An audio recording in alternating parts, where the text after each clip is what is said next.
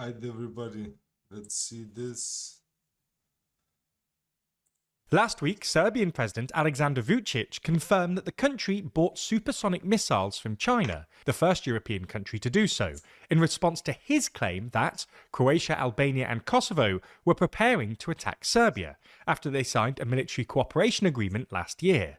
Now, there isn't much concrete evidence behind these claims, and Croatia's government has fervently denied them. But comments like this still risk destabilising an already fragile post-conflict region, which has seen a significant arms build-up in the last few years. So, in this video, we're going to take a look at why tensions are bubbling in the Balkans again, and why Belgrade's acquisition of Chinese supersonic missiles is causing concern in Europe.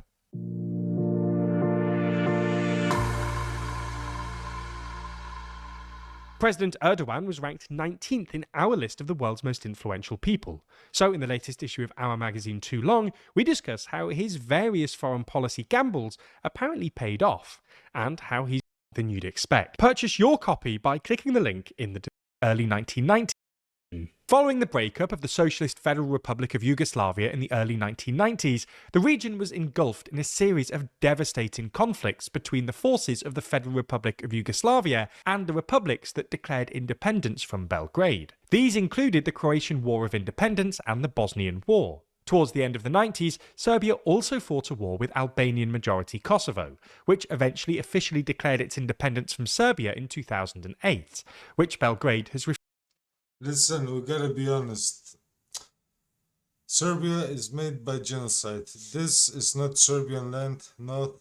This northern part are not Serbian land. This is not Serbian land. This is not Serbian land. I think this is not Serbian land. All this on there. So yeah, we gotta be honest. We need to move the what's it called? The lines. We need to move them.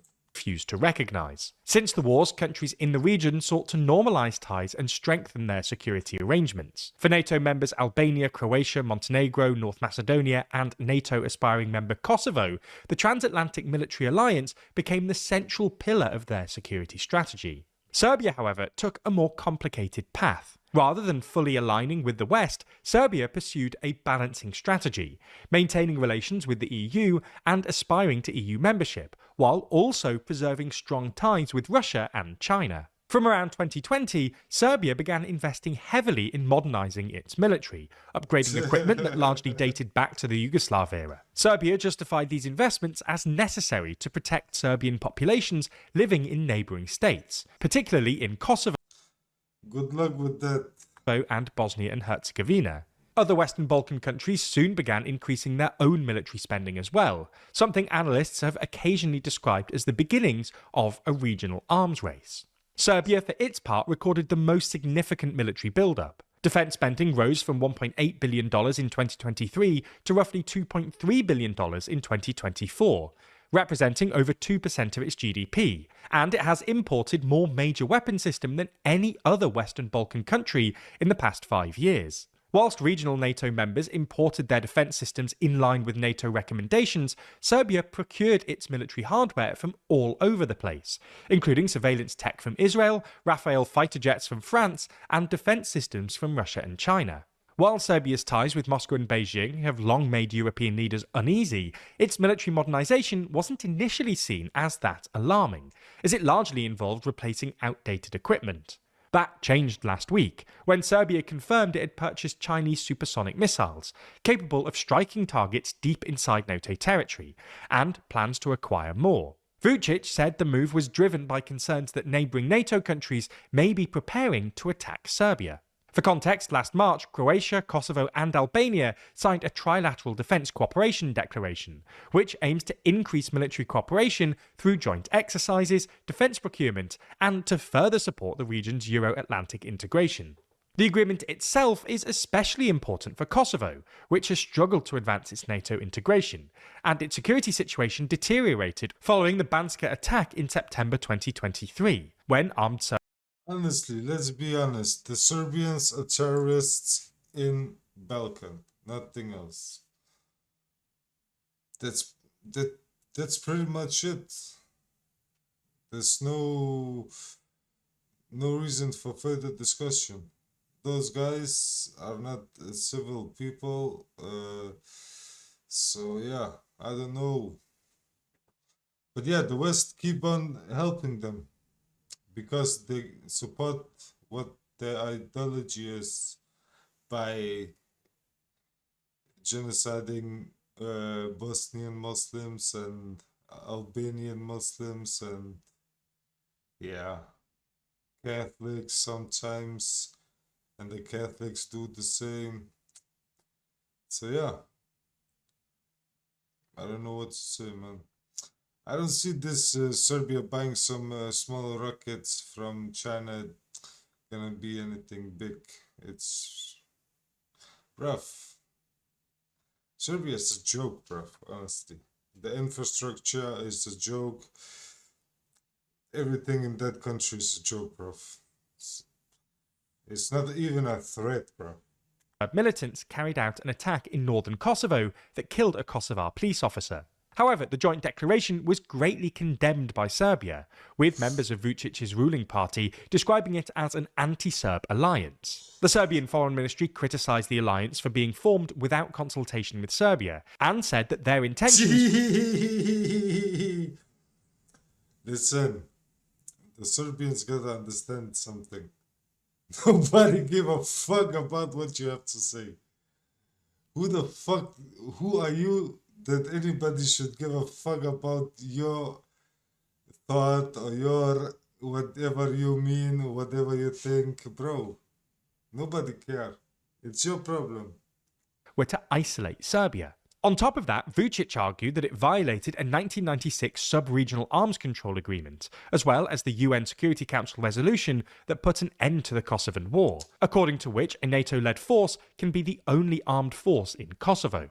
Vucic thus argued that the new agreement effectively aims to create paramilitary structures in Kosovo. Croatia's Prime Minister Andrej Plenković repeatedly said the memorandum is not hostile in nature towards Serbia, and disputed the claim by Serbia that it amounted to a military alliance. However, Croatia's defence minister was less sympathetic to Vucic's outburst, saying that the time when Croatia had to ask Belgrade what it was allowed to do and how it had to act are over. In response, Vucic soon signed his own military cooperation agreement with Hungary. Separatist leaders in Republika Srpska, the Serb-run entity within Bosnia and Herzegovina, also announced their intention to join. However, we should Hey, I swear, Hungarians,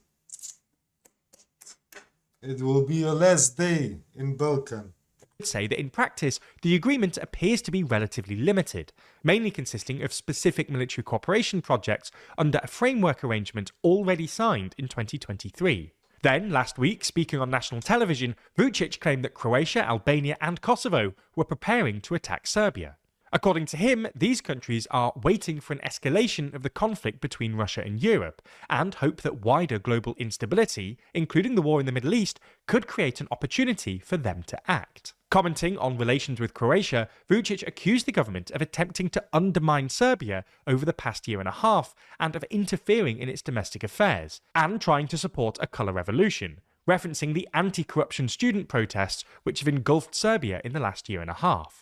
At the same time, another controversy emerged earlier this month, after the former head of Serbia's intelligence service and a close ally of Vucic suggested adopting what he called a Mossad model to target Kosovo's prime minister, as well as anyone he believes is pursuing anti-Serbian policies, saying, if Israel can do it, why can't we? Kosovo's government strongly condemned the remarks, calling them unacceptable and deeply threatening. All these developments have not gone unnoticed by Serbia's neighbours. Croatia's president reiterated that his country has no intention of attacking Serbia, adding that Croatia neither has the military capacity nor the desire to do so, while Plenković said that while he doubts Serbia would attack its neighbours, he did... Listen, let's be honest. Who the fuck is Croatia gonna fight, bruv? There's nobody in Croatia. The fuck, bruv? What universe do all these guys live in? Also the Serbians. Who you gonna fight, man? Brother, half your country are Indian guys now and gypsies.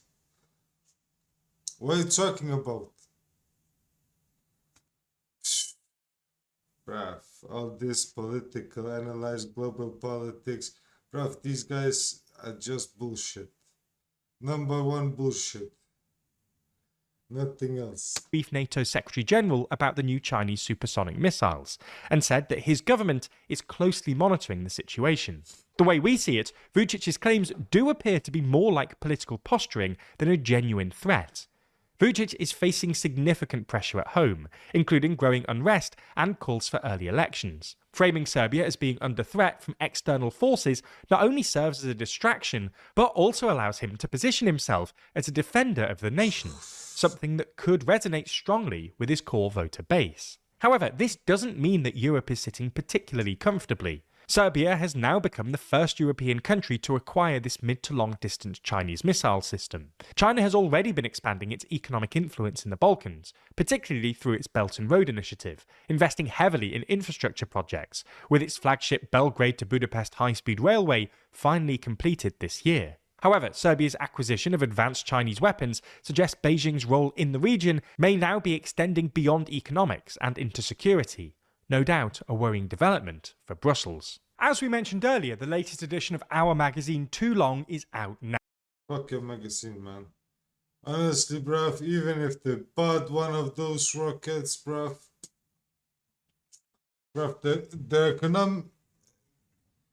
Serbia's economics, the country's finances are fucking bad, bruv. Those guys don't even got fucking money to feed themselves, man. That's why they're stealing from the people, man. Honestly. So all this talk about those rockets, maybe he bought one, I don't know, 2, 3, 4, even 10. But what you gonna do with 10? You need, I don't know, man, 4, 3, 10,000 maybe. Then you can do something. Maybe 5,000. Even 1,000 of them, okay, but this guy, he don't got money, bro. Those guys don't got money, man. Serbia don't got money. So yeah. All this is bullshit, man. Bullshit. Of course, Serbia is gonna lose its some areas because it don't belong to them. It got it by genocide, and of course, genocidal countries and areas has to be returned to the rightful owners, and that is basically it. And all this with Hungary, listen up, man. All you Hungarians, bro, you're gonna get your shit pushed in, man. It's not fucking a straight fucking walk, man. You're gonna meet people in the mountains, and those mountain people are gonna fuck you up very good. Bro, the mountains is gonna be the last thing you're gonna see. So yeah, man, I don't know, man. A lot of bullshit again from Serbians. Big boys, not big boys, big talk, but always walk.